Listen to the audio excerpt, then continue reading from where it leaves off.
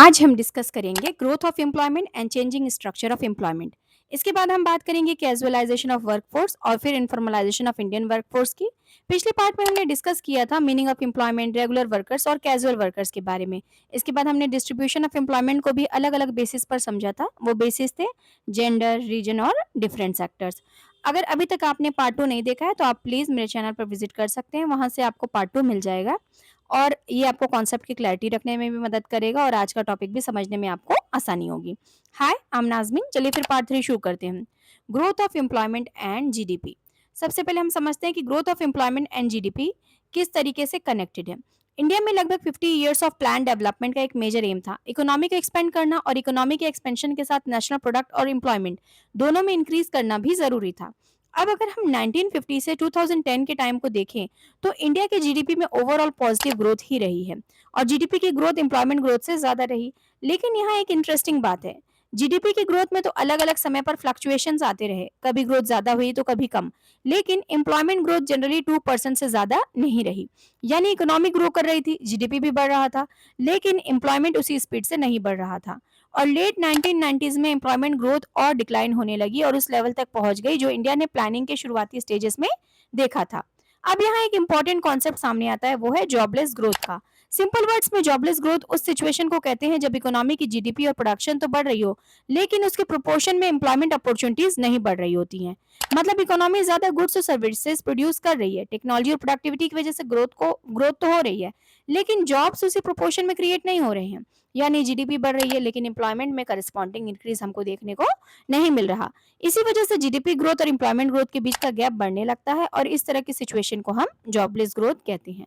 Next topic है changing structure of employment. अब सिर्फ एम्प्लॉयमेंट की ग्रोथ को देखना ही इनफ नहीं है, हमें यह भी देखना होगा कि एम्प्लॉयमेंट ग्रोथ का स्ट्रक्चर जो है वो टाइम के साथ किस तरह चेंज हुआ है। इंडिया एक एग्रेरियन नेशन रही है, यानी हमारी पॉपुलेशन का एक बड़ा हिस्सा ट्रेडिशनली एग्रीकल्चर पर डिपेंडेंट रहा है। लेकिन डेवलपमेंट के साथ एक इम्पॉर्टेंट एम ये भी रहा है कि लोगों की एग्रीकल्चर पर डिपेंडेंसी कम हो और उन्हें नॉन फार्म सेक्टर्स में ज्यादा एम्प्लॉयमेंट अपॉर्चुनिटीज मिले। अब देखते हैं कि इंडियन वर्कफोर्स में एक्चुअल में क्या चेंजेस आए। अगर हम सेक्टर वाइज एम्प्लॉयमेंट को देखें तो एक काफी क्लियर चेंज हमको देखने को मिलेगा। 1972 से 73 में 74.3% वर्कफोर्स प्राइमरी सेक्टर में एंगेज थी, लेकिन 2017-18 तक ये शेयर कम होकर के 44.6% रह गया। यानी वर्कफोर्स का एक बहुत बड़ा हिस्सा धीरे धीरे फार्म वर्क से हट करके नॉन फार्म वर्क की तरफ शिफ्ट हुआ है। अब सेकेंडरी सेक्टर को देखें तो 1972 से 73 में सिर्फ 10.9% वर्कफोर्स सेकेंडरी सेक्टर में एंगेज थी, जो बढ़कर 2017-18 में 24.4% हो गया। इसी तरह टर्जरी या सर्विस सेक्टर में भी एम्प्लॉयमेंट का शेयर बढ़ता गया। 1972 से 73 में लगभग 14.8% वर्कफोर्स सर्विस सेक्टर में एंगेज थी, जो बढ़कर 2017-18 में 31% हो गई। तो अगर इन नंबर्स को सिंपली कंपेयर करें, जैसे कि प्राइमरी सेक्टर में 74.3% से 44.6%, सेकेंडरी सेक्टर में 10.9% से 24.4% और टर्जरी और सर्विस सेक्टर में 14.8% से 31%। तो पिक्चर काफी क्लियर है आपके सामने। प्राइमरी सेक्टर में एम्प्लॉयमेंट का शेयर कम हुआ, जबकि सेकेंडरी और टर्जरी सेक्टर्स में एम्प्लॉयमेंट का शेयर बढ़ा है। सिंपल वर्ड्स में कहें तो इंडियन वर्कफोर्स में धीरे धीरे फार्म वर्क से नॉन फार्म वर्क की तरफ शिफ्ट देखने को मिला है। सेकेंडरी और सर्विस सेक्टर्स में एम्प्लॉयमेंट अपॉर्चुनिटीज बढ़ने के पीछे रैपिड इंडस्ट्रियलाइजेशन और इंफ्रास्ट्रक्चर में इंप्रूवमेंट भी इंपॉर्टेंट रीजंस हैं।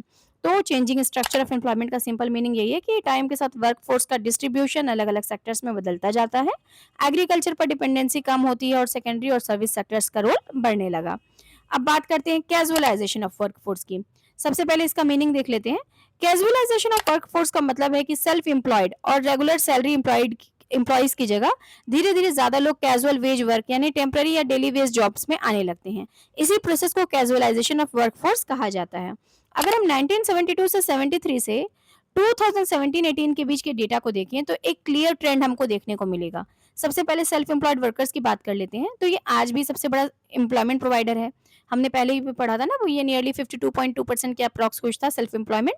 लेकिन इनका जो शेयर है ना वो अब क्या हो गया, 61.4% से कम होकर के 52.2% रह गया है। ठीक है, पहले वो अर्लियर 61.4% होता था। वहीं रेगुलर सैलरी एम्प्लॉयड का शेयर 15.4% से बढ़कर 22.8% हो गया, यानी रेगुलर जॉब्स में कुछ इंक्रीज देखने को मिला है।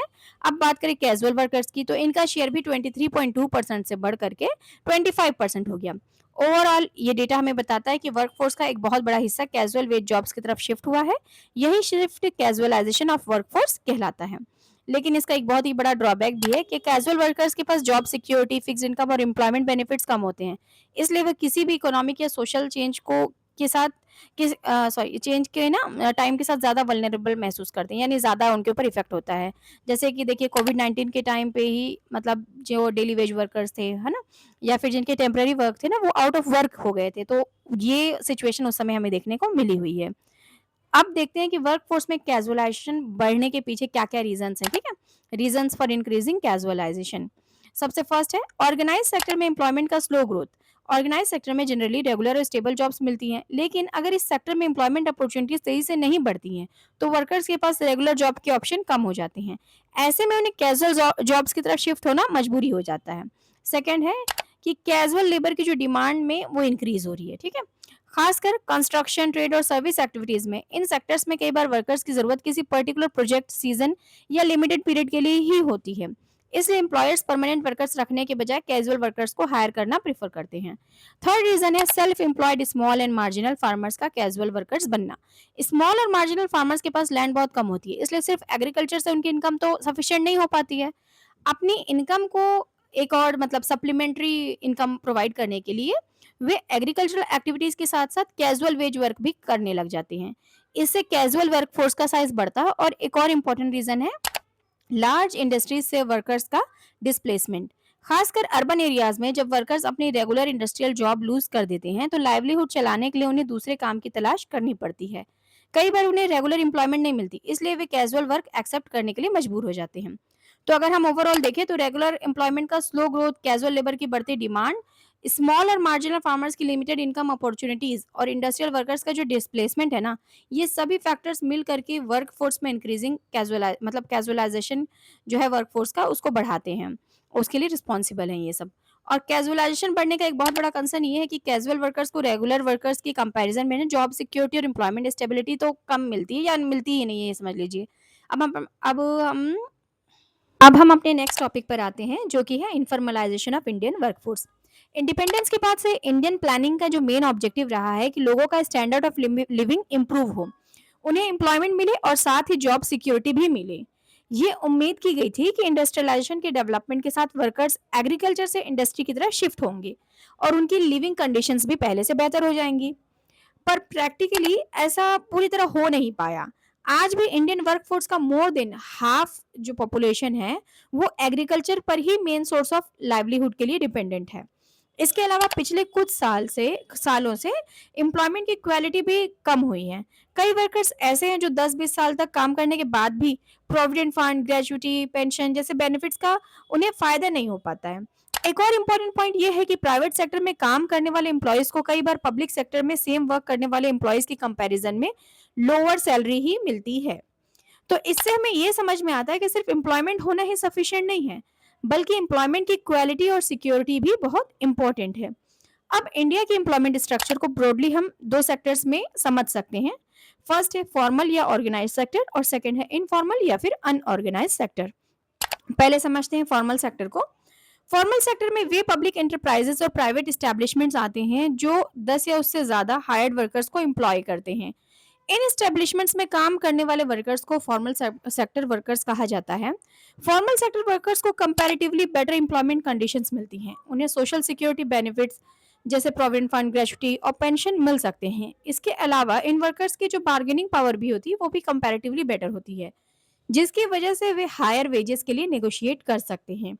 गवर्नमेंट भी लेबर लॉज के थ्रू इन वर्कर्स को प्रोटेक्शन देती है। वर्कर्स अपने इंटरेस्ट को प्रोटेक्ट करने के लिए ट्रेड यूनियंस भी फॉर्म कर सकते हैं। लेकिन यहाँ एक बहुत इंपॉर्टेंट बात है, ऑर्गेनाइज सेक्टर टोटल वर्कफोर्स के केवल 6% को ही एम्प्लॉयमेंट प्रोवाइड करता है।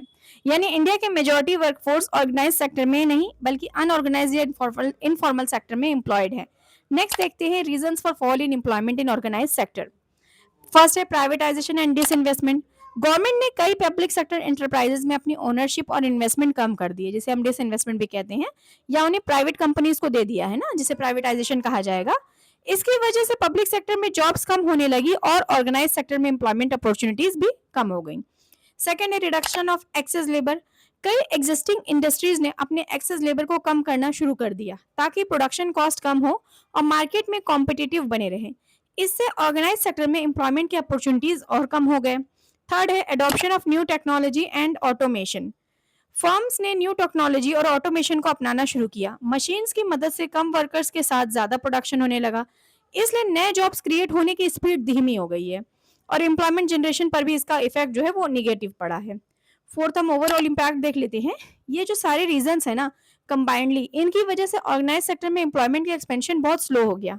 As a result organise sector economy की जरूरत के अकॉर्डिंग जो है ना वो सफिशिएंट जॉब्स क्रिएट नहीं कर पा रही है। मतलब जितना डिजायरेबल है उतना जॉब्स प्रोवाइड नहीं हो पा रहे हैं। अब आते हैं हम इनफॉर्मल सेक्टर की तरफ। इनफॉर्मल सेक्टर में जनरली वे प्राइवेट एंटरप्राइजेज आते हैं जो 10 से कम वर्कर्स को हायर करते हैं। ऐसे एस्टेब्लिशमेंट्स में काम करने वाले वर्कर्स को इनफॉर्मल सेक्टर वर्कर्स कहा जाता है। इस सेक्टर में हमें कई तरह के वर्कर्स देखने को मिलते हैं, जैसे farmers, agricultural labourers, small enterprises के ओनर्स और non farm casual wage labourers. इसके अलावा इसमें ऐसे कैजुअल वर्कर्स भी शामिल होते हैं जो एक से ज्यादा एम्प्लॉयर्स के लिए काम करते हैं, जैसे कंस्ट्रक्शन वर्कर्स और हेड लोड वर्कर्स। इंडिया में एम्प्लॉयमेंट का लगभग 94% हिस्सा अनऑर्गेनाइज सेक्टर में ही पाया जाता है, जिसमें small farms, house hold industries, shops और डिफरेंट सेल्फ एम्प्लॉयमेंट एक्टिविटीज भी शामिल हैं। अब इनफॉर्मल सेक्टर के सबसे इंपॉर्टेंट जो फीचर्स है ना हम उसको देख लेते हैं। फर्स्ट है यहाँ कि यहाँ वर्कर्स और एंटरप्राइज को रेगुलर इनकम नहीं मिलती है। उनकी इनकम काफी अनसर्टेन होती है और जनरली उन्हें लो वेजेस ही मिलते हैं। साथ ही इन वर्कर्स को फॉर्मल सेक्टर जैसे जॉब सिक्योरिटी नहीं मिल पाती है।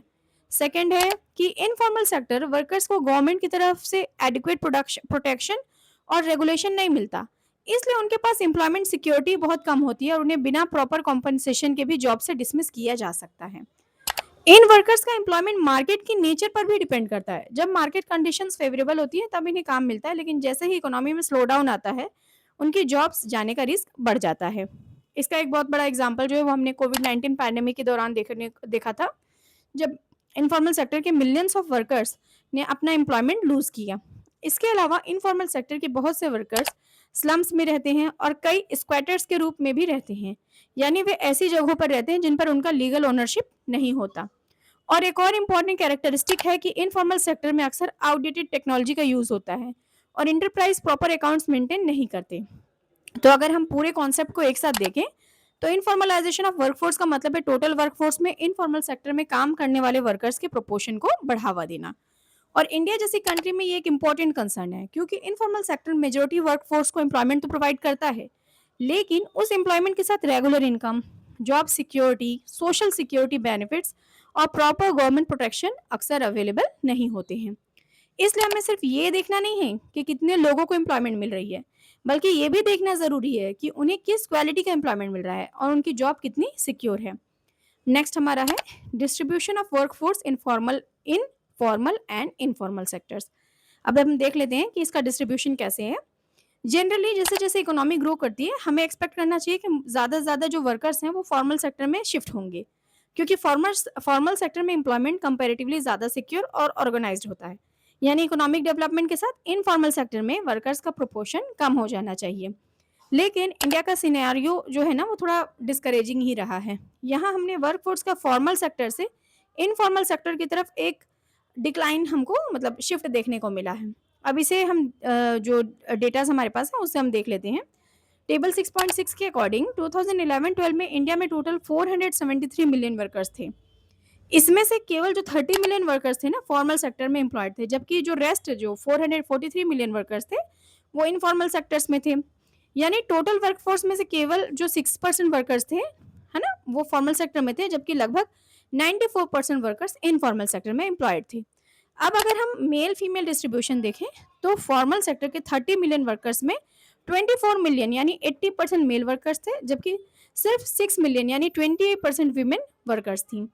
वहीं इनफॉर्मल सेक्टर में टोटल 443 मिलियन वर्कर्स में से 310 मिलियन यानी 70% मेल वर्कर्स और 133 मिलियन यानी 30% वीमेन वर्कर्स थी। तो डेटा से एक बात बहुत क्लियर सामने आती है कि इंडिया की बहुत बड़ी वर्कफोर्स इनफॉर्मल सेक्टर पर डिपेंडेंट है आज भी, जबकि फॉर्मल सेक्टर एम्प्लॉयमेंट का शेयर बहुत ही काफी छोटा है, 6% बहुत ही कम है ना। अब क्वेश्चन आता है कि ऐसा क्यों हुआ है। देखिए, ये जो इस शिफ्ट का जो मेन रीजन है ना फॉर्मल सेक्टर में जॉब अपॉर्चुनिटीज का कमी होना है। ठीक है, चाहे वो पब्लिक सेक्टर हो या प्राइवेट सेक्टर हो। यानी फॉर्मल सेक्टर जितनी तेज़ी से एम्प्लॉयमेंट अपॉर्च्युनिटीज़ जनरेट करनी चाहिए थी ना, उतना वो कर नहीं पाया है। और ये जो failure of the formal to generate sufficient employment है ना, यही मेन वजह है कि वर्कर्स को इनफॉर्मल सेक्टर की तरफ मूव करना पड़ रहा है। इसका सिंपल मतलब ये है कि वर्कर्स को लाइवलीहुड तो चाहिए, लेकिन जब फॉर्मल सेक्टर में सफिशिएंट जॉब्स अवेलेबल ही नहीं है, तो वे इनफॉर्मल एक्टिविटीज़ में एम्प्लॉयमेंट ढूँढने ही ना लगेंगी। जब आपको मतलब नहीं मिल पाएगा आपका डिज़ायरेबल जो भी आपको जॉब चाहिए, तो फिर आप क्या करोगे? मजबूरी में ही आपको दूसरी तरफ जाना ही पड़ेगा, है ना? चाहे वो स्मॉल एंटरप्राइजेज़ हों, कैजुअल वर्क हो, सेल्फ एम्प्लॉयमेंट ही हो या दूसरी इनफॉर्मल एक्टिविटीज़।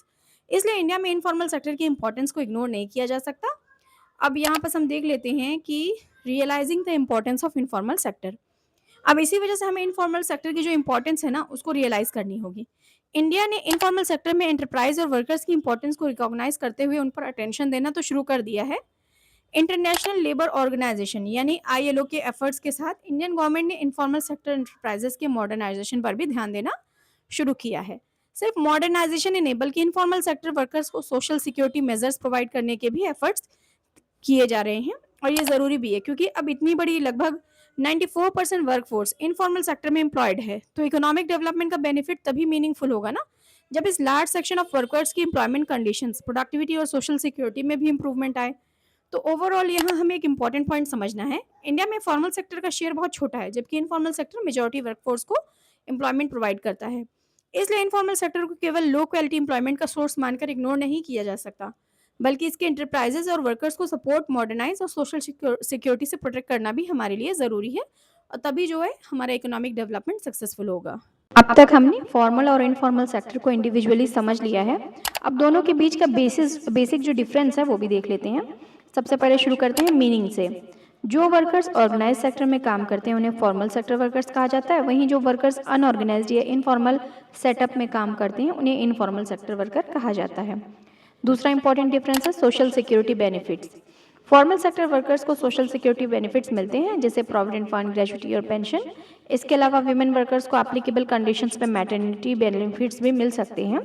लेकिन इनफॉर्मल सेक्टर वर्कर्स को जनरली ऐसे सोशल सिक्योरिटी बेनिफिट्स का एंटाइटलमेंट नहीं मिल पाता है, यानी उन्हें प्रोविडेंट फंड, ग्रेजुटी, पेंशन और मैटरनिटी बेनिफिट्स जैसी फैसिलिटीज़ का फॉर्मल सेक्टर का जो फैसिलिटीज़ का जो फॉर्मल सेक्टर में है ना, वैसा प्रोटेक्शन उनको नहीं मिल पाता है, इसलिए उनकी एम्प्लॉयमेंट ज़्यादा इनसिक्योर होती है।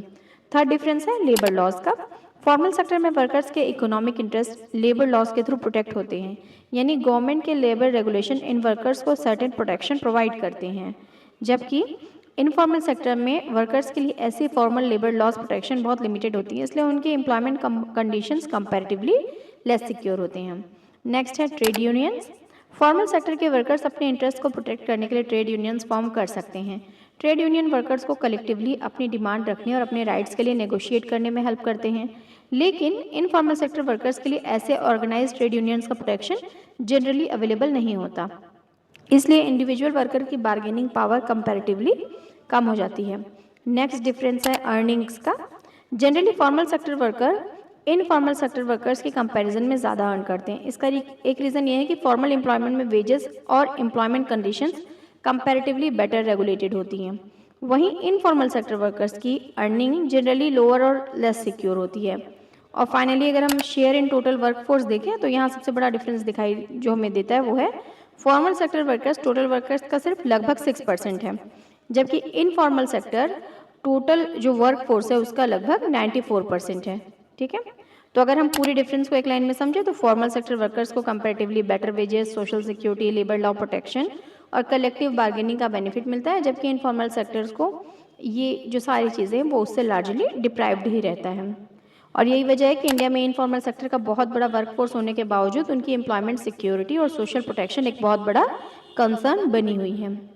यहाँ पर आपका ये जो पार्ट 3 है वो कंप्लीट होता है। नेक्स्ट पार्ट में हम डिस्कस करेंगे मीनिंग ऑफ अनएम्प्लॉयमेंट, उसके कॉजेज, टाइप्स और क्या क्या रेमेडियल मेजर्स अपनाए जा सकते हैं, गवर्नमेंट ने क्या एफर्ट्स किए हैं, उन सब के बारे में। ठीक है, चलिए फिर मिलते हैं अगले वीडियो में। Till then like, share and subscribe.